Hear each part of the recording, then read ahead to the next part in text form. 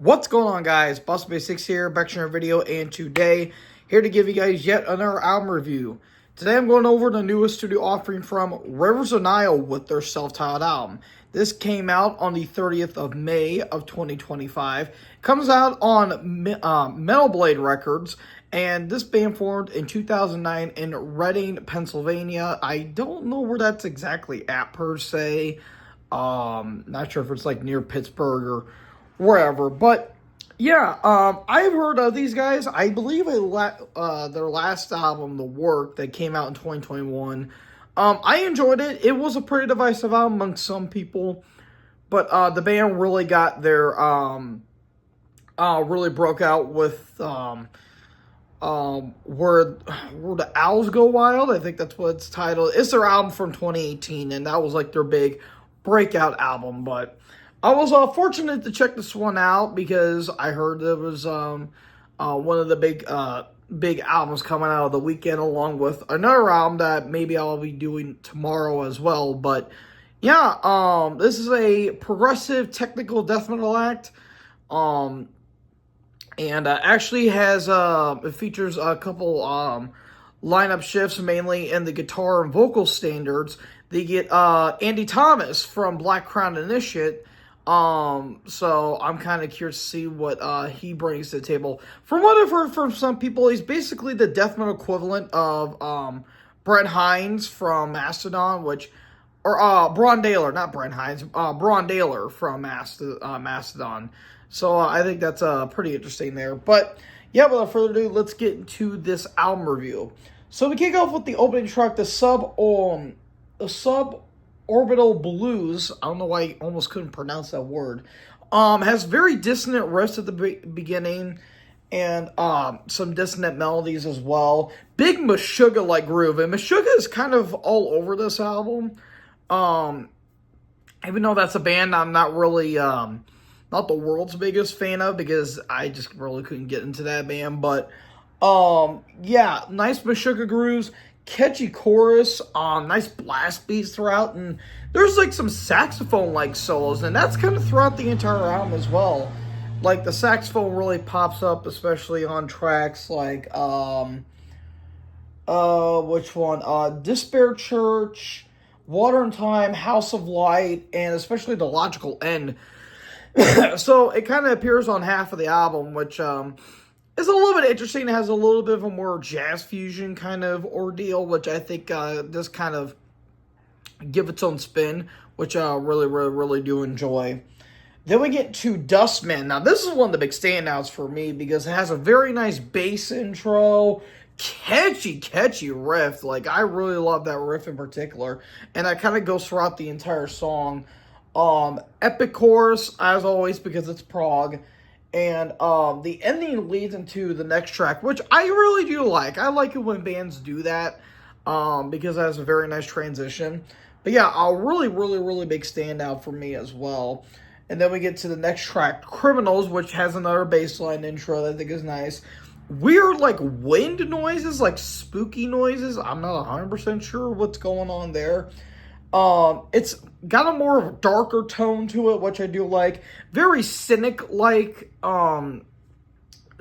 movements on this song in particular. And it has some triplet chugs that I actually really do enjoy on that song in particular. Now, Despair Church. This is another big standout because I think this was the first single they put out for this album. Again, dissonant riffs and Meshuggah-like groove to it. Has some nice atonal riffs, I think is very cool. And again, has another saxophone-like solo that I just talked about.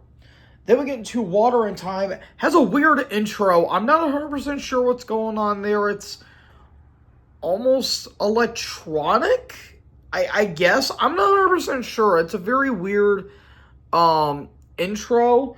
But again, has that saxophone-like solo. Very melodic, though. This is probably the most progressive-sounding death metal song on the entire album.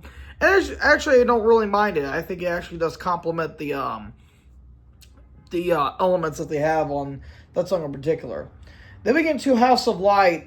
Very Gojira-esque, mainly from, like, I would say probably The Link, from Mars of Sirius and Levant Savage in particular, like that kind of era of Gojira. Again, some more cynic vibes, and again, another saxophone solo, which I think is pretty cool.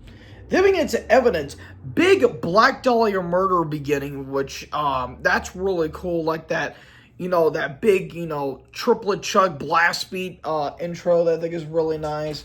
Has some, like, Atheist vibes that I think is pretty cool.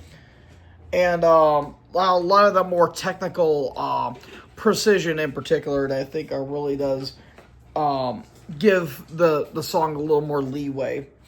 Then we get into American Death. Call me crazy. This feels like something that Fear Factory will put out for, like, demanufacture or obsolete. Because, like, I can imagine Burton C. Bell just belting out vocals on that song in particular. Because there's a lot of, triplet chugs, blast beats galore. And, again, the chorus is very catchy, too. Yeah, I could see, like, something like Dino and Burton would probably, before, court orders and all that shit happen. But I could see Fear Factory doing a song like that in particular. Then we get to the second to last track, The Logical End.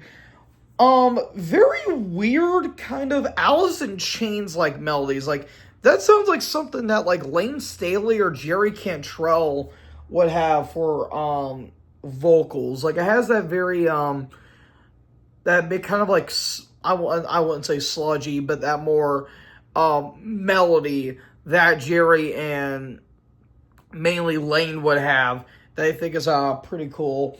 But then we get into the title track, which, a band named Rivers of Nihil released a song called Rivers of Nihil on an album called Rivers of Nihil. It's like something that, like, Immolation, Black Sabbath, Iron Maiden, and Motorhead would do. I don't know why I like it when bands do that, but pummeling riffs, like, that song is the shortest song on the entire album, and it's a brutal, like, 3 minutes. Just, again, pummeling riffs, like, blast beats in your face, almost like no melodic chorus. It's all just roars and, like, growls.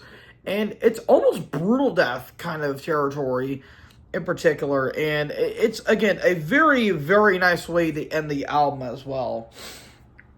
Now, as for any kind of complaints, I guess there are times that the band, that they do kind of repeat the same tropes of, like, Meshuggah grooves and, some cynic moments and some atheists and all that stuff.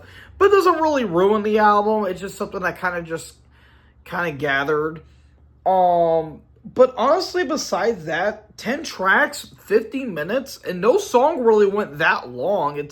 It's kind of brisk by in a way if you think about it. I think production's great, even though it could sound just a tad bit overproduced in some ways, but I think everything sounds great, vocals sound great, drums sound amazing, guitars are heavy as hell, the bass popping up is really nice. Even the saxophone solos I think are really unique as well. So, yeah, I think this is a great album. I'm going to give this 4.25. I think this is a really damn good album. Again, despite my one complaint that I did have, I think this album is great. Really, really, really damn good. So far, top 5 of the year for me. Maybe top 10 at the end of the year, but we're just about to hit July, and we're not even close to ending the year. So, yeah, great stuff by you guys. Really, really, really enjoyed this album. So, guys, what did you think about Rivers of Nile's self-titled album? Let me know in the comment section below. Make sure you guys leave a like, leave a comment, tap that big red subscribe button, and tap the bell so when I upload, you guys will be notified. Thank you guys so much for watching this video. Most importantly, join the herd. Talk to you in the next video. Peace out.